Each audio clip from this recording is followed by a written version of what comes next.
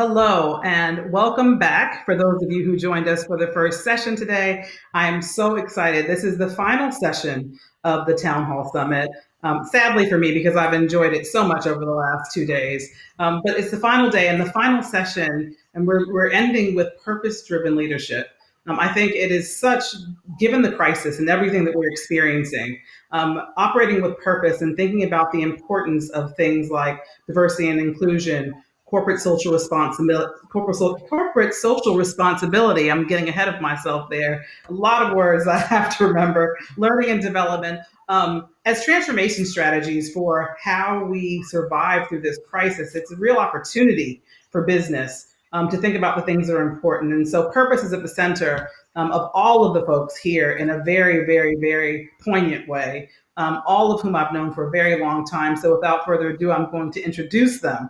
And excited to have you all, and I'm really grateful that you could join us today. I'm starting in alphabetical order. You can go and read the more full bios on our website, www.thetownhallsummit.com. I'm only going to give you a little bit so we can talk. But Stephen D'Souza is joining us. Stephen is the Global Head of Executive Development at Philip Morris International. He was the founder of Deep Learning Limited, a global executive education consultancy, associate professor at IE Business School, and author of one of the very first books that I ever saw in the UK around celebrating people of color and their accomplishment, Made in Britain, which I still have, Stephen. I still have that book. It was several years ago. I still have that book. You were a pioneer, and thank you for doing that. And then second, we have Pamela Hutchinson. Pamela is the Global Head of Diversity and Inclusion for Bloomberg. Pamela is well known throughout diversity and inclusion circles around the world. She was one of the first ever diversity and inclusion professionals I met in my career. I think like the early 2000s, Pamela, I mean, you've been in this space and you've been steadfast around your focus on diversity and inclusion in ways that many of us couldn't mirror if we wanted to.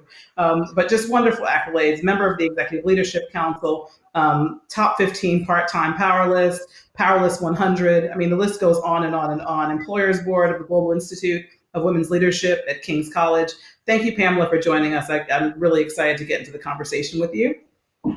I have to be, this is a bit, I have to be honest here. My dear friend, though actually I can say that about most of you, almost all of you, Arlene Isaacs-Lowe, who's the Global Head of Social Corporate Responsibility at Moody's Corporation, but also the president of Moody's Foundation, just a steadfast campaigner for ensuring that business does the right thing. And I remember us having conversations very early on in her role as the Global Head of Corporate Social Responsibility, and her kind of commitment to change the world around how businesses operate and how they contribute to society. Also, a previous board member of the Executive Leadership Council, on the board of Howard Business School. The woman is everywhere. So Arlene, welcome. Thank you for being here with us today, and look forward to the conversation. And then last but not least, she's kind of, sometimes I call her the yin to my yang in a lot of cases. We're kind of attached in a lot of ways and through a lot of different projects that we work on, is Jude Kelly, CBE. Jude is the founder and director of the WOW Foundation in London. An amazing, amazing advocate for women and girls around the world. The movement that she has created around, you can see the WOW symbol. She tried to take it out before we started. We were like, put the WOW symbol back. She just is an amazing campaigner for women and girls. If you don't know the WOW Foundation, please go and look at it. There's a huge festival coming virtually, which we're really excited about.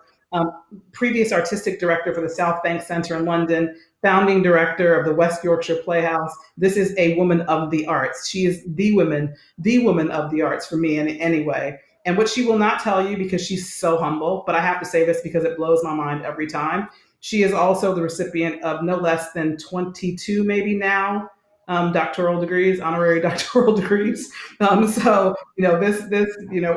really pleased to have you all, and I'm grateful for your time. But let's jump in, because we have lots to talk about. I'm going to start with Arlene. We're going to have a really interesting conversation. Arlene, you are really highly regarded in CSR spaces around having your fingers on the pulse, as I kind of talked about earlier, relating to the value of CSR to business and how purpose really should be at the center. And your CSR focus, I know they're kind of the three pillars. We've talked about these. I know them now, almost off the top of my head, but I'm going to read them to make sure I get them right. Your CSR focus is empowering people financially, activating an environmentally sustainable future, and helping young people to reach their potential. How hard or easy is it to maintain focus on these kind of pillars during such a crisis? Well, India, first of all, thank you for having me as part of the discussion. I am thrilled to be talking about purpose-driven leadership and thrilled to be part of this panel. Actually, I want to just step back a bit in regards to my journey in corporate social responsibility. I've had a career in finance for quite a while, and it was actually during my tenure in Europe that it became evident that this aspect of CSR or ESG was going to really be transformational in terms of how broader stakeholders thought about companies, and I wanted to be a part of that. And so in 2017, what we decided to do was to have a clear, consistent, and authentic message between what Moody's Corporation stood for in the context of what we do and the value we bring to the capital markets, and align that with our societal engagement or corporate citizenship, but do so in a way that was global in approach and also was intersected with the business. Because what we were finding is that it was important to have an authentic and consistent message around everything you do that's outward facing. And so based on that, we came up with these three pillars because it really sort of allowed us to have the greatest amount of impact in these three areas because we have a level of expertise in the context of economic equity by providing knowledge and resources. And we have a significant ESG evaluation business, so that aligns with our environmental focus nicely. And then as everyone is concerned about pipeline development, we knew it was important to focus on our young people. So fast forward to the pandemic. And I have to say that I have never been more proud to work at this company, and I have been here for 21 years. But our response to COVID-19, one, crystallized our philosophical approach to corporate social responsibility, and it really reiterated that the pillars that we chose are appropriate in the context of what we do. And so it was not at all hard to continue to focus on those pillars during the pandemic. So a little bit about our response. First and foremost was to address the humanitarian needs. And so we made some significant contributions to organizations that were seeking to reduce food insecurity, as well as bolster the health systems around the world so we could get a solution to COVID-19 as soon as possible. But then we also thought about, what we're going to be sort of some of the more medium and longer term impact of the pandemic, and we focused on the economic aspect of it. And so our focus is on helping to drive economic recovery as soon as possible. So thinking about small businesses, our research has indicated, and it's been reiterated through many other well-known organizations, that small businesses are really the significant driver of GDP, as well as job growth in developed and emerging economies. And so helping them to survive through the pandemic is going to be crucial to our ability to recover as quickly as possible. And so we're actually doubling down on that aspect. The nonprofit partners that we are committed to, we have shifted funding and increased funding to ensure that they can survive during the pandemic. But we are not only doing that in the context of our financial contributions, we're also providing a lot of pro bono support to help them transition their programming to virtual delivery. We are helping them with cash flow management. We are training them on how best to apply and be successful in getting some of the stimulus money that's available globally. And so our employees are excited about being able to do something impactful using their skills and expertise. We also know that educational systems are going to be terribly disrupted. And so we're helping our nonprofit partners there on virtual delivery. One of the other things that we're doing is helping them to reposition their messaging to avail themselves of more diversified funding. So that's sort of on the philanthropic and employee engagement side. But what I'm really, really excited about is the products and services that we've been delivering to the market. And we're doing that free of cost. So making our research and webinars available for free. We've enhanced our products to ensure lending platforms can facilitate distribution of funding from stimulus.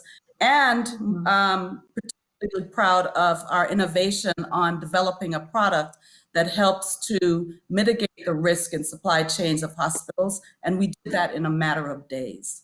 So this has allowed us to really crystallize what corporate social responsibility means for Moody's.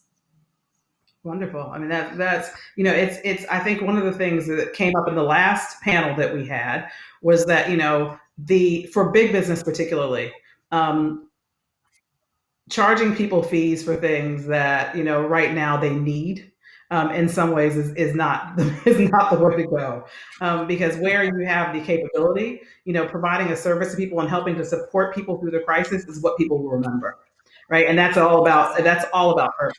And so you will see some businesses who are kind of fee charging for things, and others that aren't. And I'd be willing to bet that the ones who make it through the other side, in a way that folks remember, are going to be the ones who help support people through the crisis, as opposed to trying to profit from it. And profit's okay. We all have to make a living, so that's not the point. It is about providing where you can. So thank you for that, Arlene.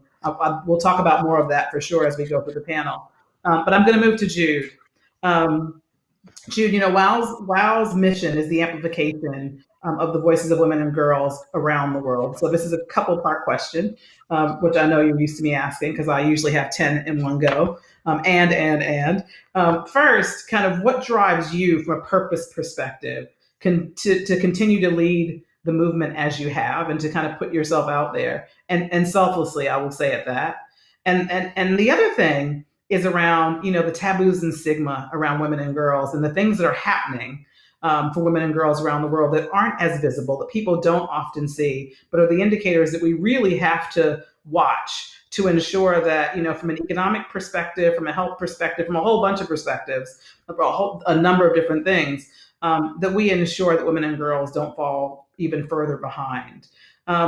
So can we talk a little bit about what can and should be done in your mind, and especially around the taboos and stigmas that women are seeing and facing? Okay, so first of all, thanks for having me. It's great. It's great to be with such fantastic people. I started the WOW Women in the World Festival because I was very aware that I had been the product of other people, not just women, but mainly women, fighting for rights that I could then enjoy. The right to have a job, the right to have some of my dreams realized, the right to be able to choose whether I had a child or not, the right to have equal pay, although we still don't have it, the right to be protected from violence, although we still aren't. Women have fought for years to get rights which I enjoy.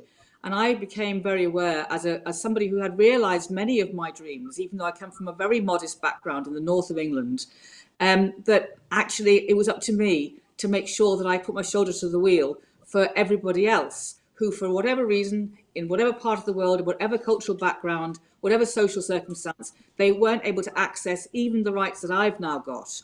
But I also wanted to come clean with other women and say, actually, just because you live in the global north and just because you're white like me doesn't excuse you from having to take on the battles of all other people who are your fellow humans. And part of that is admitting that actually we still don't know how to solve many of the issues around gender-based systemic injustice. And I think that, the more I have understood about gender-based injustice, the more I have been able to find my way towards being re-educated about injustices that other people live with all the time. So I am white, but I have been re-educated to understand how my whiteness actually is a problem unless I see it as something which I'm going to put my power towards in terms of helping people of colour. My sister was disabled, she died of disability. I was able to see very clearly how she was less legitimate in terms of rights. And on and on and on. I think that I have become more and more driven, actually, to think about how purpose changes the way that we see ourselves together as humans, and how tantalizing a future is that has more and more equality hard built into the way that our systems are made. Because we have, sure enough, a more exciting world than probably existed 200 years ago. And so that just makes me fired up to think, well, what's the world we could advance towards? With regards to the impact of COVID, I mean, one of the things that I think is the most fearful of all emergencies, actually, is that it's either a moment of survival of the fittest, or it's a moment of the emerging of new possible futures and possible practice. And it could be either, and it could go either way. And it's unlikely to be a simple result. But I think for certain, I am concerned that the gender bias of not the pandemic doesn't care who it strikes in theory, but what it exposes is deep injustices and deep levels of privilege and poverty within society. So women are mainly on the front line as nurses. They are mainly on the front line in care homes. They are mainly at home trying to deal with homeschooling at the same time as dealing with holding on a job, or maybe even two jobs, or knowing already they've lost their job. At the same time, if they're lucky to have a kind of positive household, then that's enough to be going on with. But they're also more likely to be in a situation as well where they have a intimate partner violence, coercive behaviour, etc. So there's a huge range of things that women are always dealing with, but under these circumstances, they're dealing with it more. The assumption that homeschooling will allow all children to have equal access to education in itself is not true. But if you're a child of a family with only one device, the hierarchy of needs is it's likely to go to be used by, first of all, the man for his job, if he needs a device, and secondly, probably to the boy for his games. And so the girl accessing a device to be able to do homeschooling is really far down the pecking order. And then there's all sorts of other things about, around the world. If a girl is held back from school, and if her economic viability is seen to be less in a world where economic shrinkage starts happening, the boy's education will be favoured. If a girl is, part of economic survival, she may well be married off suddenly in a way that she wouldn't have been in more economic good times. So, the implications of gender in all of this, when they're giving out food parcels, they very rarely remember that they have to give out sanitary products. They very rarely remember that actually, women who are pregnant are going to have to access medical help in a way that actually we've suddenly pulled the plug on for lots. So, I mean, I could go on. In some respect, it's a grim picture. However, the positive side of it is that it's made girls and women be more vocal about the problem, be more vocal about the sudden invisibility. And it's made women leaders, particularly those who are running countries like New Zealand, say, actually, there are more feminized ways of thinking about power. We can be looking at this as an opportunity to discuss climate change. We can be looking at it as an opportunity to discuss social justice. That's not just the prerogative of women, of course, but there is I think there is a binary going on between a macho leadership style that says, I'll fight it on the, whatever, and then another style which says, actually, we need to be consensual and imaginative and mutually intelligent about all of this. And that is kind of essentially what inclusion is. Inclusion is not, I'm powerful and include some other people. Inclusion is, what will it be like if we're not all together with our mutual intelligences and experiences? That's the one we've got to go for. Absolutely. Thank you, Jude. That's fantastic. And, I have to put my hands up for gender diversity on this panel. Sorry about that, Stephen. We're working on it. but no, it is such an emotive topic for us. And the impact, the potential impact to women and girls around the world is so high. And so, thank you for continuing to kind of to bang on about that in all kinds of places. But please check the WOW Foundation's website for the festival that's coming up at the end of June, because I think, we all want to be engaged and involved in that. Yeah, and I do just want to say that festival, which travels the whole world in 24 hours, it is a coincidence, but it's a very powerful coincidence that both Bloomberg and Moody's are actually supporting that festival. So, That was not planned. and But yay, yay, Bloomberg and Moody's. And if any of you are watching from other companies, get your companies on sponsoring it too. That's what I have to say about that. These efforts are hugely important, and WOW is a great platform for it. So Pamela, I'd like to kind of talk to you. I mean, being one of the sage people in the world, truly, in the D&I space, and just with all your experience, I want to kind of talk about this crisis as it related to the last one, because when we were talking about the content for this particular conversation and talking about the importance of companies doubling down on D&I, on CSR, and on learning and development. We were trying to think about what was different in the 2008 crisis versus this one. And one of the things that really kind of struck me was that, in 2008, folks were retrenching, like D&I, the money for D&I and CSR wasn't kind of alive as much in the same way. It was still there, but not in the same way. People pulled money back. They didn't invest. So what are you seeing differently this time? First, and then second, at Bloomberg, there's so much work that you guys do in this space with like your gender index and a whole bunch of other things. How are we leveraging that through the crisis, or can we leverage some of those kind of data points as we think about what we need to do next? No, absolutely. And thank you again for inviting me to join this panel. I think prior to 2008, D&I was seen very much as a nice to have. I think the business case for diversity and inclusion wasn't as clear, and it wasn't as firmly established. And so when the crash hit, I think it was inevitable that organizations would either slow down their efforts or, worse still, disband them. However, I think, the world has changed significantly since 2008. And, in 2014, we had probably one of the most notable pieces of research around the business case for D&I with McKinsey's Why Diversity Matters, which showed that companies in the top quartile for gender diversity would outperform those in the bottom quartile for gender diversity by 15%, and actually perhaps more incredibly, those organisations in the top quartile for ethnic diversity would outperform those in the bottom quartile for ethnic diversity by a whopping 35%. And I think that piece of research went quite a long way to helping organisations to understand why this was important for them. However, I think the data is one piece, but I do think there are some other things that have probably had an even bigger impact on where organisations are now vis-a-vis diversity and inclusion. And I think those are social media, public opinion, legislation, CSR, and they've had massive impacts. And I'll sort of go through some examples of how I've seen that play out over the years. It wasn't that long ago, in 2016, that the UK left the EU and Donald Trump was elected. And both of those two situations fundamentally change the narrative around diversity, inclusion, political correctness, community. And in the case of Donald Trump, his election had massive ramifications around the globe. We saw people taking to the street in protest and in solidarity around equality. Coupled with that, we had the advent of the hashtags. Hashtag Black Lives Matter, hashtag Me Too, hashtag I Can't Breathe. There are many, many more of them.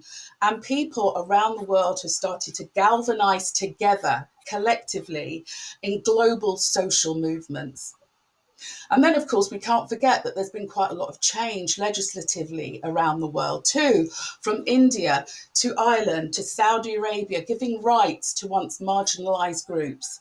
And I'm sure that will continue to exist. And also, let's not forget that organizations are taking into account ESG, or environmental, social, and governance considerations. They're becoming increasingly important for organizations and for investors who are now deciding where to place their money, where to invest their money. And they're looking for organizations that share the same values that they do. And they're using those organizations to determine where to put their money. So ESG has become incredibly important. You mentioned our own Bloomberg Gender Equality Index, which tracks the financial performance of companies leading in gender diversity. And the Gender Equality Index has triggered increasing interest on our social metrics and how they potentially impact investment decisions. So it's becoming more and more important. I think what's also interesting from the Gender Equality Index perspective is that we're seeing that those firms that are in the index are appearing to be less volatile in periods of sound economies. So it'll be really interesting to see post-COVID whether those organisations fare better. I suspect they probably will. Year on year, since we launched the Gender Equality Index, and we launched it in 2016, we've also seen an increase in organisations clamouring to get onto the index. We're seeing a great representation across industry, across country, and across region. Companies are increasingly keen to show what they're doing on gender diversity. They're keen to benchmark themselves against others, and they want to also show exactly what they're doing, particularly given that they know that investors are interested in these social measures. This leads me, I guess, to reputational risk, and it can have a massive repercussion in the D&I space. And social media has had a massive impact on fueling that. I was trying to recall some examples this morning, and a few things that came to mind. So let's, the Sultan of Brunei, his decision to implement stoning for the LGBT community, almost overnight, the world united to boycott his hotels. The impact was swift. And of course, he had to pull back from his policy. And there are lots of other examples. We've had Gucci in their blackface. We've had Benetton and their Coolest Monkey t-shirt. We've had Dove, their campaign, which turned a black woman into a white woman, and many, many more.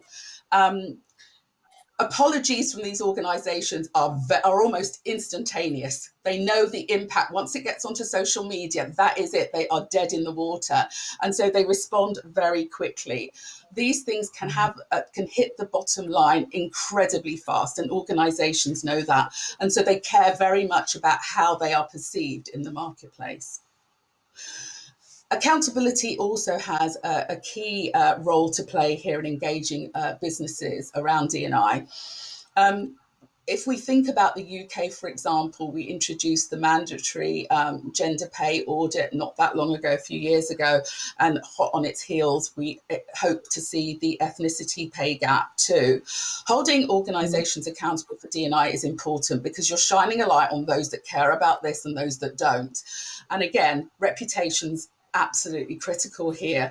It was really interesting to me, literally days after the first gender pay gap audit took place in the UK, I was, and I am not kidding, for several months, once a week on average, I was getting phone calls from headhunters, whilst organisations realised that those that were doing nothing in this space were very exposed and they needed to build their diversity teams. And then last year, I think quite surprising for me, it was, I think, around August of last year, 200 CEOs of large American corporations came together, and they stated that shareholder value is no longer their main objective. Well, blow me down, and committing instead to a number of initiatives, including, and I quote, "We will foster diversity and inclusion, dignity and respect." The pressures that they are getting as large organisations externally in terms of what the public think, what young people think, what is being said on social media is having massive, massive repercussions. let's be really clear now. We're in a very, very different space to where we were in 2008. We, both socially and politically, employees are expecting much, much more from their employers, and employers are definitely being held to a much higher standard.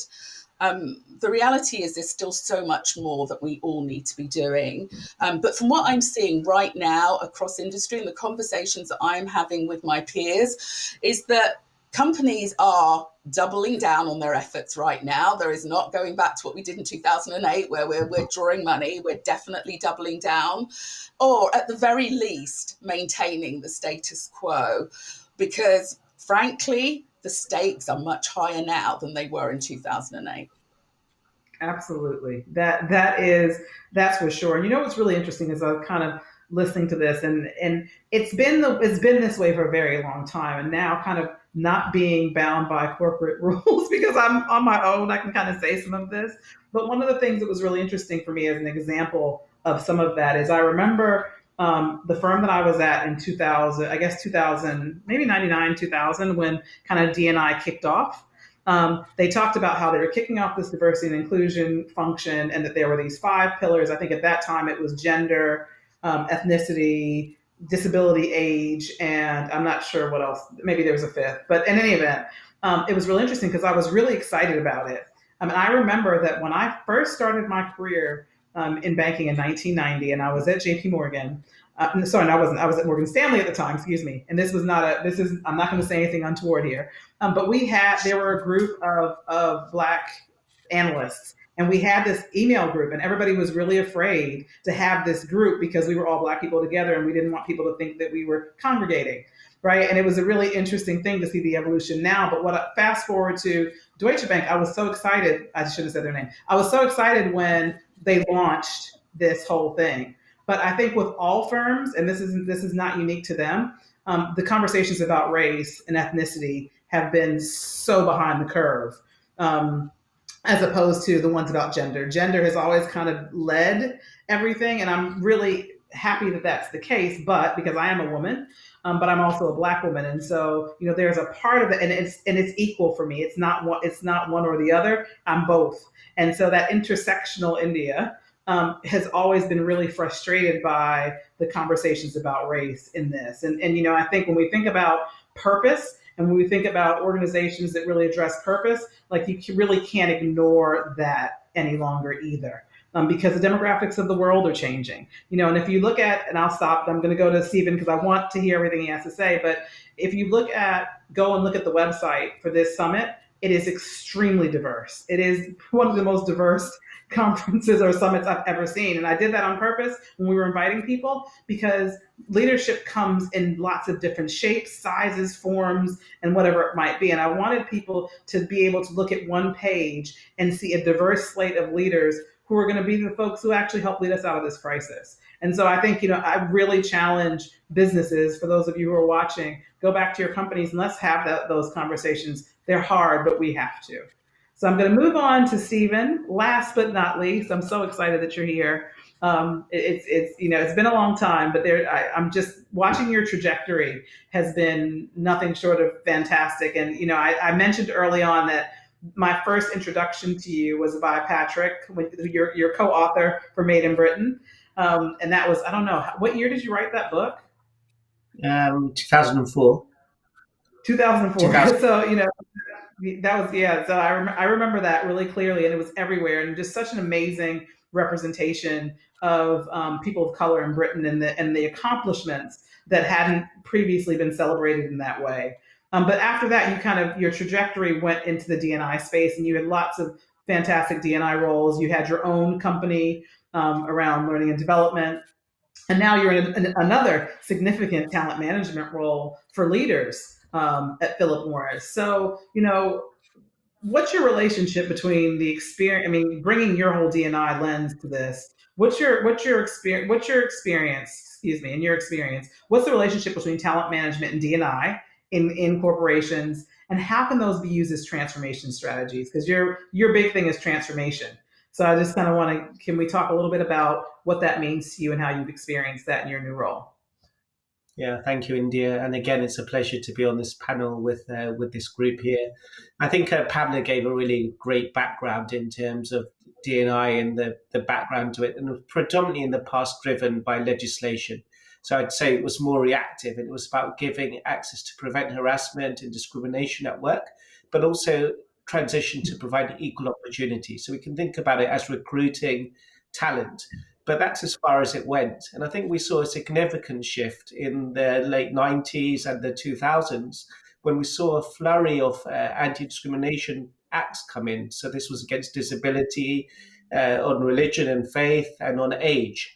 And these had a profound, I'd say they changed the discourse, because it was no longer now about only access to the market, but they started to stress the business case much more clearly. So if you can remember, in 2006, we had an act on age come in into the UK.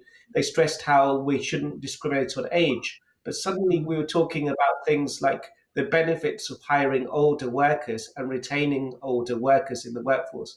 So companies like B&Q that did garden furniture and garden centers and DIY, they would run campaigns about how they were attracting older workers, they were retaining them, and they were tended to be more reliable, emotionally intelligent, perhaps, than other workers. But the discourse changed away from just access to the benefit of diverse talent. And then they started linking it as well to the idea of benefits commercially. So we heard about the grey pound, or the disabled, or the pink pound for the spend of the LGBT community. So it was starting to open up that discourse on the wider side. But still, diversity, as all of us remember, sat within human resources. It was a single person's role. It wasn't integrated into the rest of the business. And I think it was also a McKinsey report. I hate to always put it on McKinsey, but they wrote a significant paper called The War on Talent some 30 years ago now. And what happened was it started the debate about we need to be thinking, how do we compete for the best talent, regardless of age, regardless of gender, sexual orientation, race, etc. So this opened up a whole new area. And I think that took the agenda in the 2000s and the early 21st century. So, for example, I was working at Merrill Lynch, a colleague of very much working with Pamela and other banks, and we had a dearth of women who would become senior directors within the organization. They wouldn't reach your level, India. They reach VP level, and then they would trail off. So the first thing that we did to recognize it as a talent issue was to locate it within leadership and talent management. So it wasn't within personnel or employee relations, but it sat within talent management as a function. And it also didn't sit on its own. So I was responsible for inclusion and diversity for their wealth management business. So I sat within a business unit that was chaired by two business leaders. So it wasn't run by HR, it wasn't run by diversity, but it was seen as an imperative which was linked towards talent goals. So to give you specific examples, we noticed that there was a lack of women who were entering into careers within finance. And part of this was the perception that it only requires a certain number of skills, or the job was very mature, or the culture and the environment was conducive. So we actually partnered with Pamela's bank and with 9 other banks. So we formed an interbank network, and we would meet as heads of diversity, supporting diversity heads once a month, to not think about things in isolation, but as an industry as a whole. So one example of an initiative we took was to run an event for head teachers, careers teachers, and schools, to bring in them and to really work, and also young women from different schools, to show that careers were much broader when people think of banking. So we had legal, we had IT, we had all the different functions, and we got women speaking who had studied French, who had studied liberal arts, much physics, much more diverse than what you would think if you just thought about a career within the bank. So part of it was educating at a much lower level than starting at the top. Also, we started to work on retention. We noticed a lot of our talent would not return after maternity.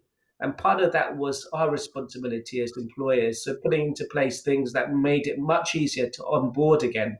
So, for example, having maternity coaching, keep in touch days, and making it much more responsible for the manager to ensure that person could come back to an equal level role or a higher level role, not to for the career path to drop off. So these were significant links to the talent agenda in recruitment and retention. In terms of development, a lot of research and focus has been done. And I point to an article that your viewers may be interested by Zenta Folkman. It was published last summer by Harvard Business Review. And they looked at thousands of 360s, and they're on different capabilities, leadership capabilities for success. And women scored higher than men in 17 out of the 19 capabilities. And so it wasn't a question that women have less capability than men. It's not a question of competency. It's a question of, are they given the right opportunity? And their research showed that women aren't confident about their own abilities or in stating their own abilities compared to men till their mid-40s. So this is a question not of competence, but it's a question where men are overconfident in their abilities, where women be more realistic with their abilities and more self-effacing. So a really great guy who was the CEO of Hogan, which does really great talent assessments, he wrote an article, Why Do So Many Incompetent Men Become Leaders and How to Fix It? So he didn't argue that we need to lower the standards.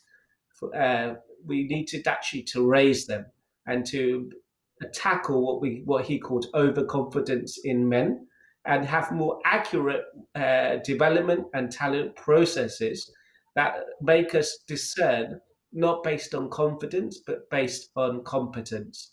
So how we're doing this at PMI is very much, we're focused now on changing our performance management. So we're not looking at performance in, the yearly conversation with your line manager, but performance that's more balanced between what and how, 50-50, not 80-20. So the energy is more on getting feedback, not just from your manager, but that feedback is constant and it's 360. So it's a significant shift in the talent management process. Another thing is, it's okay to have lip service that things will change, but you need to change fundamentals. So PMI became the first company globally, multinational, to be equal salary certified. That means that men and women are paid equal for equal work globally in the company. And that was audited by PwC, and extremely powerful, I think, in terms of attracting talent, knowing that you're working for a company that takes this seriously and does something beyond the lip service. So it's a rigorous, it sends out a positive message, I think, to our employees, but also when we're attracting future talent, that they're working in a company that does what it says and that measures it and has it validated externally in a rigorous way. So I think this COVID crisis, as people are saying, will have a significant impact on talent management and I&D in particular, but in the sense that people will become, the talent scope has become broader.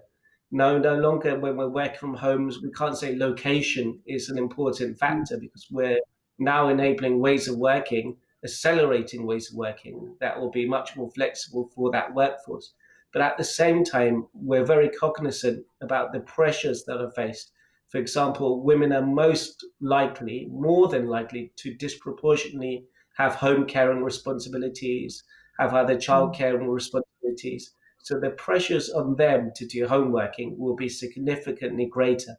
So we're aware that although COVID has brought on opportunities, we need to be very aware what are the ways it can disadvantage the efforts we have made in inclusion and diversity, and how do we address these very early to make sure that we're not losing the talent that can take our companies, organizations, and society forward. So that is a perfect point. I mean, it kind of ties into Jude's point that she talked about earlier. And I think one of the things, it's such an interesting thing to hear the different strategies that people are employing, right? But as it relates to COVID-19, because I do want to, knowing you all, I kind of want to get to the heart of it and your heart in this space. Because I think the background has been amazing, because we really have gone through a number of different things we have to think about first. a number of challenges that you've essentially put out to people by some of the things that you're doing. Like, so business, get on it there. You see Moody's and they're kind of really, really cognizant CR strategy. You see Bloomberg, who is all over the space, particularly around indexes and in the work that they do. Philip Morris, gender equality, wow, kind of out advocating for women and girls across the world. If you needed a charge, listen to what these people in these boxes just said to you around what's happening, but also what's required. And I think, you have to remember what's required. But the part of this I really want to get to with each of you, and we only have a couple of minutes because I really would like to go to questions. For our audience watching, if you have questions, please put them in the Q&A box, not the chat box, and our producers will pop them on the screen over to my right. So if you see me looking, it's not because I'm not paying attention, I'm looking at your questions. But I want to ask a heart question for each of you, and I'll ask that you keep it brief so we can answer some of the questions. But just, and this is something I ask myself often when I'm trying to get focused on the heart of something. And that question is, during this crisis, who and what your heart bleeds for? I'd really like to know who and what your heart bleeds for. What is the thing that you're seeing personally that that is challenging you the most around this crisis and the environment in which we're living? Jude, I'll start with you. Well, absolutely, my heart bleeds for people who have no financial safety net at all, because that level of powerlessness, which is always full of fear, is totally destructive. It's destructive in terms of family life. It's destructive in terms of mental health, and actually that free fall that people can go into of people who were already very vulnerable. I think that my heart goes out for that. But inside that free fall will be the recognition that if you were already from a group that felt marginalized, it will be all the evidence you ever needed that you never mattered, because society hasn't understood that you would fall first and then reached out and got you. So actually, we were discussing last night on another call, what was compassion, and actually, to be in a privileged situation as I am, and see your society uncaringly let people slip through holes that were of the society's making. I find that kind of unbearable, actually. Thank you. Arlene? So my heart bleeds for the entrepreneur is a woman or a person of color, and I've already had significant challenges in terms of access to capital and resources, and had been at a point where they were now advancing and the rug just got pulled out from under them, because everything that they have strived for, and we've seen it, got totally eradicated in a number of weeks.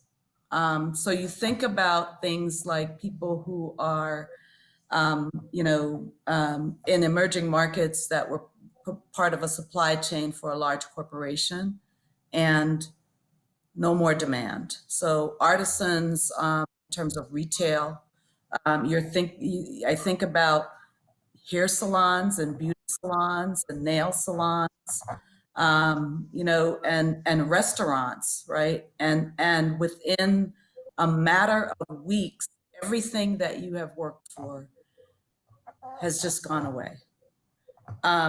And then the other group that I really, my heart bleeds for are the students who have overcome significant challenges to get to a point of graduation, particularly from high school or college. And, we're looking forward to the celebration, and then it just got erased. And we're all trying to sort of celebrate in different ways. But, I was thinking about this more recently. The class of 2020, the graduating class, was born in 2001 in the United States, at a time during 9/11. During their middle school years, they experienced Sandy. So significant events in their lives have always been marked by a disaster. Now, arguably they're going to be incredibly resilient, but there's also the emotional toll of that. Like, when do they get to celebrate? So I think, those are the groups that I really think about. And it literally brings tears to my eyes. And ours and mine as I watch you talk about it. Pamela? I think there are a number of groups, but I think the two that stick out for me the most is watching, particularly in the US and here in the UK, where I see COVID-19 impacting people in my community the most.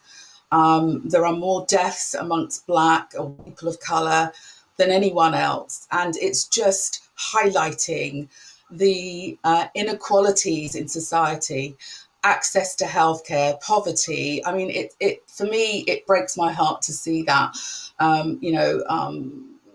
Particularly here in the UK, minorities are the ones at the front line, and they're dying in much higher proportions than any other ethnic group.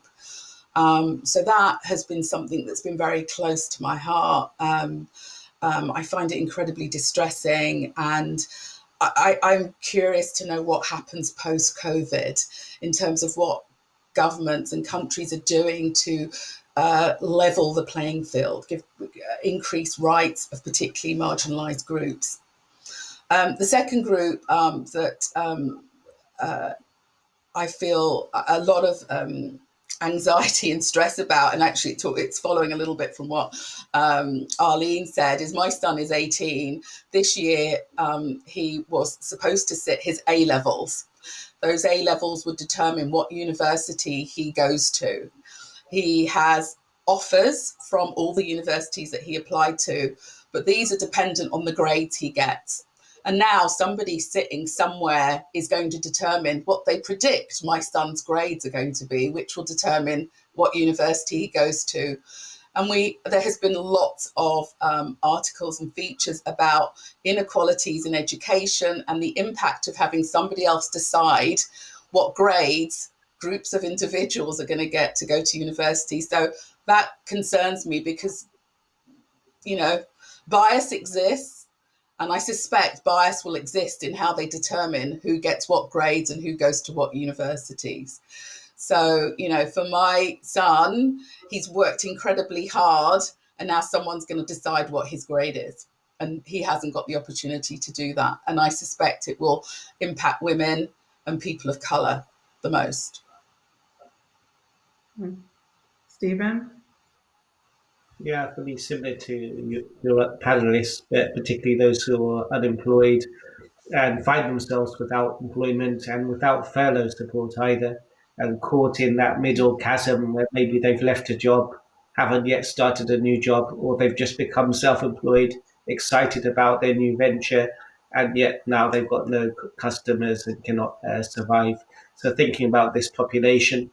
But I also equally think about when I watch the news in the evening, I often see care workers running homes, for example, and breaking down in tears because they cannot have their safety equipment they need to provide care. Mm-hmm. So even though, I don't know, for many of the viewers, they probably experienced, if they're in a corporate job, they've been working more hours than traditionally in the past and much harder. But compared to people whose work entails looking after their lives and becomes a life and death matter, that anxiety, that pressure that they're feeling, all our frontline workers, I think my heart is with them. And I think with their families in particular also, who have to support them, never knowing how that person is going to cope with extreme hours and extreme pressure. So I'm thinking of those in particular at this time. Thank you. Thank you all for sharing that. The reason that I really wanted to have that conversation is because, COVID-19 has brought us to this place, and it's why we're having the conversation about purpose-driven leadership, but also the fact that every single person is impacted emotionally by this crisis. And yet, leaders have to go out and lead regardless, and that is not a these are the jobs that we're paid to do for sure. And in some cases we've all chosen to do them, but that we're paid to do. And I think everybody accepts that responsibility, but there's a humanity to this. There are the things that we each carry as we step into these spaces every single day. And you can't divorce the two. You can't. And when you think about purpose-driven leadership, remembering what's at the core of why we do the things that we do and why we get up every day, and the things that your heart bleeds for are the things that are going to keep us human and keep us sane during this crisis. Remembering, having gratitude for all that we have and remembering the things that people don't, during this crisis, and all the things that, we can't control. There's still quite a bit that we can, and that might be, supporting people through this change. But I really just am so grateful to all of you for being so honest and vulnerable in sharing that, because, we're human, right? And we can't divorce our work from our humanity. And you all are really living examples of people who do not divorce their work from their humanity every single day and are fighting the fight around ensuring equality across a number of pillars. And so for that, and I'm sure everybody watching, and just people who are in your ether because of the work that you do, are tremendously grateful. So please keep fighting the good fight. So one thing I would also say, India, is I think about how grateful I am, and all of us are, to be in the position to really have impact at a time like this, right? Because we have these jobs because we care, and it's a great career, but it's also an intersection with the things that you're passionate about, and to be able to, even though it's challenging from day to day, be able to really have impact in a way that is meaningful at this time. There's a level of gratitude that we also have to have, right? Because not everybody is doing what they care about every day, but they've got to do it. Yeah, Absolutely. totally agree with that. I think back to what Jude said about privilege, and she talked about different types of privilege. I think what we're speaking to is also kind of privilege, and this is the debate.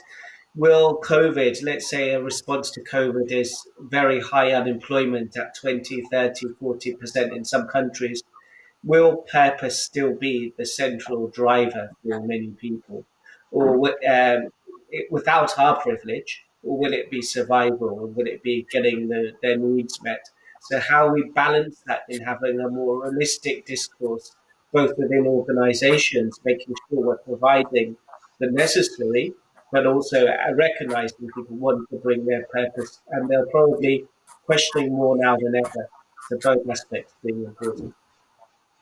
Absolutely. We're at 12:15. I know that we didn't get to lots of questions, and I'm really sorry that we couldn't. I didn't want to pull away from that conversation. What I will say, for those of you who are watching, if you had questions that we weren't able to get to, please go to the website. There is a tab called Questions, Submit Questions. And you can submit your questions, and we'll try to get them back out to you as we can. I would just like to say thank you, Pamela, Arlene, Jude, and Stephen, for just being here and for sharing your time and yourself during this crisis. I mean, I know we all have lots of competing things that we're focused on, but taking the time to kind of share our experience with people, I think, is a hugely important part of helping others through the crisis who look to us for leadership. So thank you for joining us. This is the last session of the Town Hall Summit. It's been a tremendous 2 days with amazing conversations. We already have the Town Hall Summit for September underway and planning. So go and have a look at the website, stay in touch. If you haven't signed up, please do. Thank you all for joining us. It's been my sincere pleasure to spend time with you, and we'll see you soon. Thank you. Thank you. Bye-bye. Bye. Thank you.